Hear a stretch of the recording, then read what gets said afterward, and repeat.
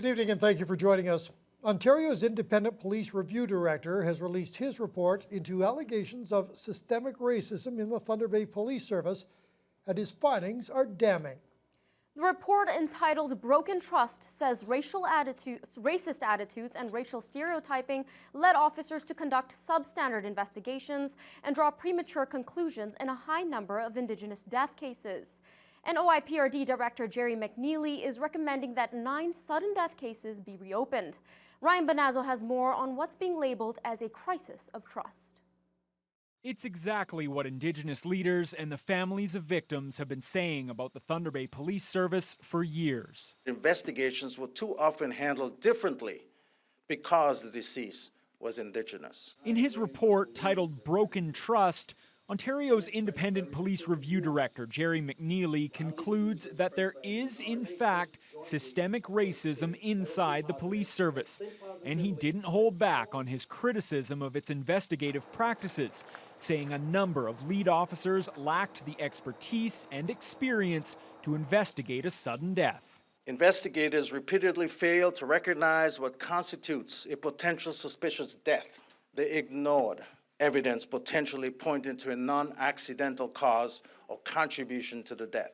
On multiple occasions, we saw that investigations failed to even find out the results of the autopsy. A number of the 37 investigations he studied over the course of his 2-year probe were conducted so poorly that McNeely is calling for the cases to be reopened. At least 9 of these cases should be reinvestigated by a multidisciplinary team. That headlines the list of 44 wide-ranging recommendations, which also includes the establishment of a major crimes unit, a 3-year external peer review of the police force, mandatory cultural competency training, and psychological testing to eliminate new applicants who may harbor racist beliefs. We conducted 36 interviews with Thunder Bay Service members in the course of our review.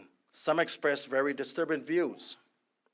While these views were expressed by a minority of officers, they were expressed by more than just a bad few apples. The 206-page scathing indictment of the Thunder Bay Police Service is perhaps summed up best by this quote: "The failure to conduct adequate investigations and the premature conclusions drawn by these cases is at least in part attributable to racist attitudes and racial stereotyping."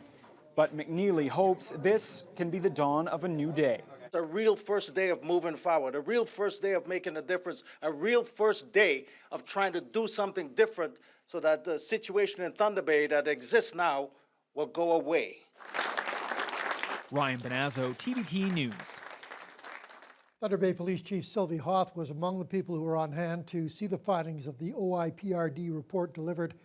In a statement released this afternoon, the police service formally acknowledged that it must address the systemic racism, barriers, and biases that exist within the service. And there was plenty of reaction from the First Nation community as well. Ben Nesbitt has more. Upon hearing the conclusions of the OIPRD report, there was a small sense of relief from many in attendance at today's news conference. Thunder Bay Police Chief Sylvie Hoth acknowledged that systemic racism does indeed exist within the police force and vows to lead the charge in making drastic change. There are barriers within the policing service, but also systemic racism, yes. There's also implicit biases. I need to talk the talk. I am at the top, and I need to lead by example. And you know that I lead with a lot of integrity. I lead with passion, and I care very, very deeply about these issues. NAN Grand Chief Alvin Fiddler was pleased with the findings and recommendations of the report. However, he knows that it now lies in the hands of the police force to make improvements, and was quite blunt when asked what should happen if they failed to do so. They don't show significant progress by 3 years. If they have not fully complied with the recommendations, they should be disbanded, and that they should the province needs to look at creating another police service to police the city of Thunder Bay. If after 3 years they have not complied with the recommendations, they ought to be disbanded. So we must be clear about this. It has to stop. You can't be dubbed a racist police service in Canada in 2018. One of the main police cases which prompted the OIPRD investigation was the 2015 death of 41-year-old Stacey DeBungy from the Rainy River First Nation. Police quickly ruled out foul play in the death, but a private investigator hired by the band found evidence of a suspicious nature. Rainy River Chief Robin McGuinness says he doesn't expect any change unless the police are held accountable. Well, the thing with the recommendations is they're just recommendations. So unless they agree to follow them and the police board makes them follow those recommendations, then there is not going to be any accountability, right? So in order for there to be accountability, the police board has to make the police service follow those recommendations. The mayor of Thunder Bay, Bill Morrow, feels the findings in the report can now help the city turn the page on what many would consider a dark chapter. I think and hope that people see this as a positive first step. NAN asked for this report. The Special Investigations Unit or the civilian oversight bodies that are responsible for that decision agreed with NAN. They've done the report and now we have it. Ben Nesbitt, TBT News. Ontario Provincial Police are reporting a significant drug bust on the Lake Helen First Nation. It came following the execution of a search warrant at a residence on the reserve on Tuesday. Police say their search turned up suspected crack cocaine, digital scales, Canadian currency, and firearms. As a result, a 50-year-old Lake Helen man and 2 Toronto area residents have been charged. All 3 have been remanded into custody. The Ontario government says it stands behind the process that saw a family friend of Doug Ford named as the new commissioner of the Ontario Provincial Police. That move has triggered a complaint from the current acting head of the force. Brad Blair is calling on the Ombudsman's office to investigate. Colin DeMello has more.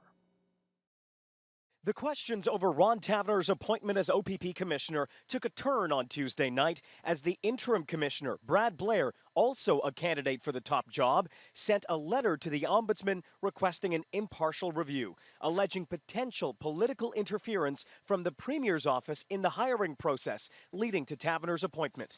The letter from Brad Blair reads, "If the process remains enveloped in questions of political interference, the result will be irreparable damage to police independence in the largest deployed police service in North America." In order to address what are very serious public expressions of concern that Commissioner Blair believes goes to the heart of the credibility of the OPP and their all-important perceived independence from the political arm of government. Blair's lawyer, Julian Falconer, says until the ombudsman can investigate, Taverner's appointment should be delayed. It is for this reason Commissioner Blair has chosen to take the very, very difficult decision to seek this review in the hopes that the cloud that has been doing nothing but growing over the Ontario Provincial Police is dispelled.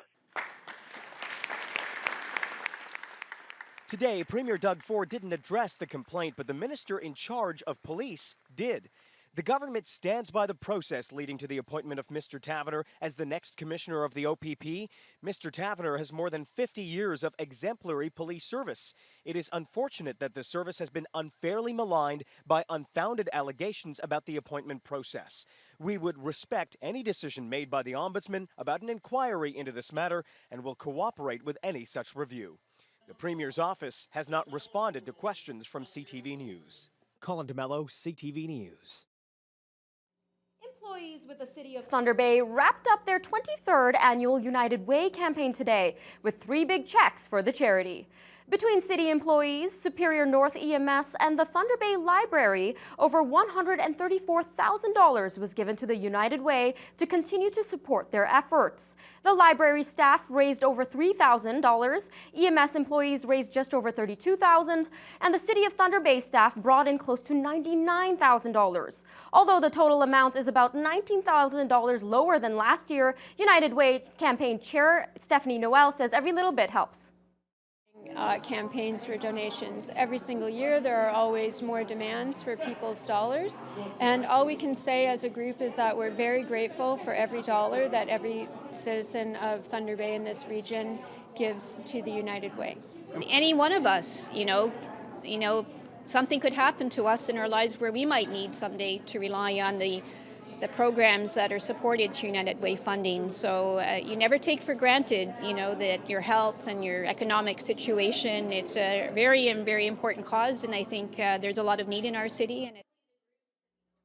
After this campaign, the United Way says they are about 62% of their $2.28 million fundraising target.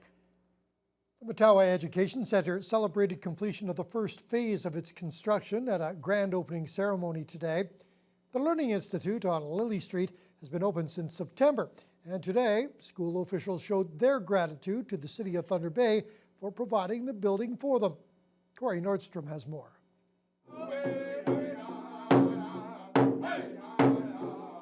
Matawa officials held a grand opening of sorts to officially thank the City of Thunder Bay for its decision to grant the former Grandview Lodge Seniors Home to the First Nations organization.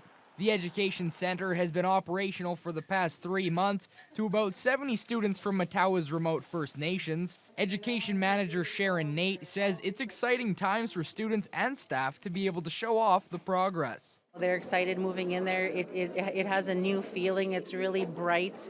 The colors are bright, in the school, and they feel a sense of ownership, so they're definitely happy today. Now, like the main floor for the school, we're open. The kids are excited. The staff is eager to get settled into their space, and we're just glad that everyone came in today to celebrate with us. So.